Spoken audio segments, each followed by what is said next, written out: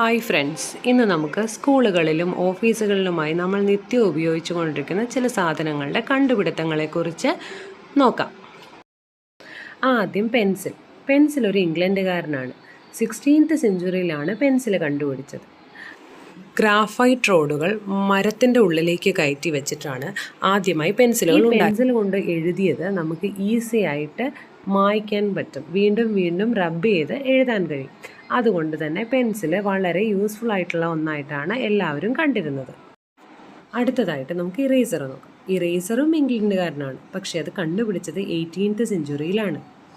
ആദ്യമൊക്കെ ആളുകൾ ബ്രെഡിൻ്റെ ചെറിയ ക്രംസാണ് മിസ്റ്റേക്സ് മായ്ക്കാൻ യൂസ് ചെയ്തിരുന്നത്. പിന്നീട് 1770 എഡ്വാർഡ് നയർ എന്ന് പറയുന്ന ഒരാൾ ഒരു പീസ് റബ്ബർ എടുത്ത് ചെറുതായിട്ട് പെൻസിലൊന്ന് എഴുതിയതൊന്ന് മായ്ച്ചു നോക്കി. അങ്ങനെയാണ് ഗെയിം ചേഞ്ചർ ആയിട്ടുള്ള നമ്മുടെ റബ്ബർ കണ്ടുപിടിച്ചത്. അങ്ങനെ ഒരുപാട് മിസ്റ്റേക്സ് നമുക്ക് ഈ ചെറിയ റബ്ബർ കൊണ്ട് ഈസി ആയിട്ട് മായ്ക്കാൻ കഴിയുമെന്ന് കണ്ടെത്തി. അടുത്തതായിട്ട് ഷാർപ്നറാണ്. ഷാർപ്നർ ഇല്ലാത്തൊരു പെൻസിൽ പൗച്ച് എന്തായാലും ഉണ്ടാവില്ല. ഷാർപ്നർ ജർമ്മനിക്കാരനാണ്. ഷാർപ്നർ 19th സെഞ്ച്വറിയിലാണ് കണ്ടുപിടിച്ചത്. ഷാർപ്നർ കണ്ടുപിടിക്കുന്നതിന് മുമ്പ് ആളുകൾ ചെറിയ കത്തികളും മറ്റും ഉപയോഗിച്ചാണ് പെൻസിൽ ഷാർപ്പൻ ചെയ്തുകൊണ്ടിരുന്നത്. ഒന്ന് ആലോചിച്ച് നോക്കിയേ, എന്തെല്ലാം ബുദ്ധിമുട്ടുകൾ അന്നേരം ഉണ്ടാവുന്നു. ചെറിയ കുട്ടികൾക്ക് തന്നെ എത്ര ഈസി ആയിട്ട് പെൻസിൽ ഷാർപ്പൻ ചെയ്യാൻ ഈ ഷാർപ്നറിൻ്റെ കണ്ടുപിടുത്തം കൊണ്ട് സാധിച്ചു. ഇനി നമുക്ക് റൂളറുകൾ നോക്കാം. റൂളറുകൾ ഏൻഷ്യൻ്റ് ഈജിപ്തുകാരാണ് കണ്ടുപിടിച്ചത്. അവിടെ ഒരുപാട് ആളുകൾ ഈ കണ്ടുപിടുത്തങ്ങൾക്ക് മുന്നേ തന്നെ പല പല ടൂൾസാണ് അളവുകൾക്ക് യൂസ് ചെയ്തിരുന്നത്. ആദ്യത്തെ സ്കെയിലുകൾ അല്ലെങ്കിൽ റൂളറുകൾ ഉണ്ടാക്കിയിരുന്നത് മരക്കഷ്ണങ്ങൾ കൊണ്ടും കല്ലുകൾ കൊണ്ടുമായിരുന്നു. എന്നാൽ ഇന്ന് നമുക്ക് പല വിധത്തിലുള്ള കനം കുറഞ്ഞതും കനം കൂടിയതുമായിട്ടുള്ള പ്ലാസ്റ്റിക്കുകൾ കൊണ്ടും മരം കൊണ്ടും സ്റ്റീൽ കൊണ്ടും ഒക്കെ നിർമ്മിതമായ റൂളറുകൾ അവൈലബിൾ ആണ്. അതുപോലെ തന്നെ ചെറിയ 15 സെൻറ്റിമീറ്ററിൻ്റെയും 30 സെൻറ്റിമീറ്ററിൻ്റെയും 1 മീറ്ററിൻ്റെയും ഒക്കെ സ്കെയിലുകൾ നമുക്കിന്ന് ഷോപ്പുകളിൽ അവൈലബിൾ ആണ്. ഇത്തരത്തിലുള്ള ഈ റൂളറുകളുടെ ഉപയോഗം നമ്മുടെ ബിൽഡിങ്ങുകളിലാണെങ്കിലും നിർമ്മാണ പ്രവർത്തനങ്ങളിലും ക്രാഫ്റ്റിങ്ങിലും എല്ലാം ഒട്ടനവധി മാറ്റങ്ങൾ കൊണ്ടുവന്നിട്ടുണ്ട്. ഇനി നമുക്ക് ബോൾ പോയിൻ്റ് പെന്നുകളെക്കുറിച്ച് പറയാം. ബോൾ പോയിൻ്റ് പെന്നുകൾ ആദ്യമായി കണ്ടുപിടിച്ചത് 20ാം നൂറ്റാണ്ടിൽ റാസ്ട്രോ ബൈറോ എന്ന് പറയുന്ന ഒരു ഹംഗേറിയൻ ജേർണലിസ്റ്റാണ്.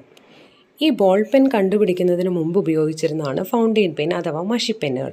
ഈ മഷിപ്പെന്നുകൾക്ക് ഒരുപാട് തരം ഡ്രോബാക്സ് ഉണ്ട്. ഇവയെ മറികടക്കാൻ വേണ്ടിയാണ് നമ്മൾ ബോൾ പെൻ കണ്ടുപിടിച്ചത്.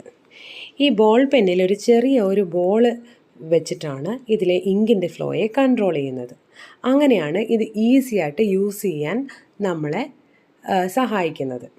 അതുകൊണ്ട് തന്നെ ഇത് കുട്ടികളുടെ ഇടയിലും പ്രൊഫഷണൽസിൻ്റെ ഇടയിലും വളരെ പെട്ടെന്ന് തന്നെ ഒരു സ്ഥാനം പിടിക്കാൻ സാധിച്ചിട്ടുണ്ട്. ഇനി നമുക്ക് നോട്ട് ബുക്കുകൾ നോക്കാം. ആദ്യത്തെ നോട്ട് ബുക്ക് ചൈനയിൽ നിന്നാണ്. ആദ്യമേ തന്നെ നൂറ്റാണ്ടുകൾക്ക് മുൻപ് തന്നെ അവർ പേപ്പറുകളും കണ്ടുപിടിച്ചിരുന്നു. ആദ്യമായി അവർ ബാംബൂ സ്ട്രിപ്പുകളാണ് അറേഞ്ച് ചെയ്ത് നോട്ട്ബുക്കിന് പകരം യൂസ് ചെയ്തത്. പിന്നീട് പേപ്പറുകൾ വന്നപ്പോൾ പേപ്പറുകൾ അറേഞ്ച് ചെയ്ത് നോട്ട് പാഡുകൾ നിർമ്മിക്കാൻ തുടങ്ങി. ഇപ്പോൾ അത് നോട്ട് ബുക്കുകളുമായും പിന്നീട് മാറി. ഇപ്പോൾ നോട്ട് ബുക്കുകൾ നമ്മളുടെ ജീവിതത്തിൻ്റെ ഒരു ഭാഗമായി മാറിയിരിക്കുകയാണ്.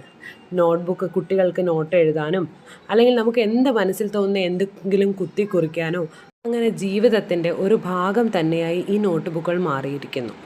അടുത്തതായി നമുക്ക് സ്റ്റേപ്ലറുകളെ പറ്റി നോക്കാം. സ്റ്റേപ്ലറുകൾ ആദ്യമായി കണ്ടുപിടിച്ചത് ഫ്രഞ്ചുകാരാണ്. പേപ്പറുകളും മറ്റും ഒരുമിച്ച് ഓർഗനൈസ് ചെയ്ത് വെക്കാൻ വേണ്ടി കണ്ടുപിടിച്ച ഒന്നാണ് സ്റ്റേപ്ലറുകൾ.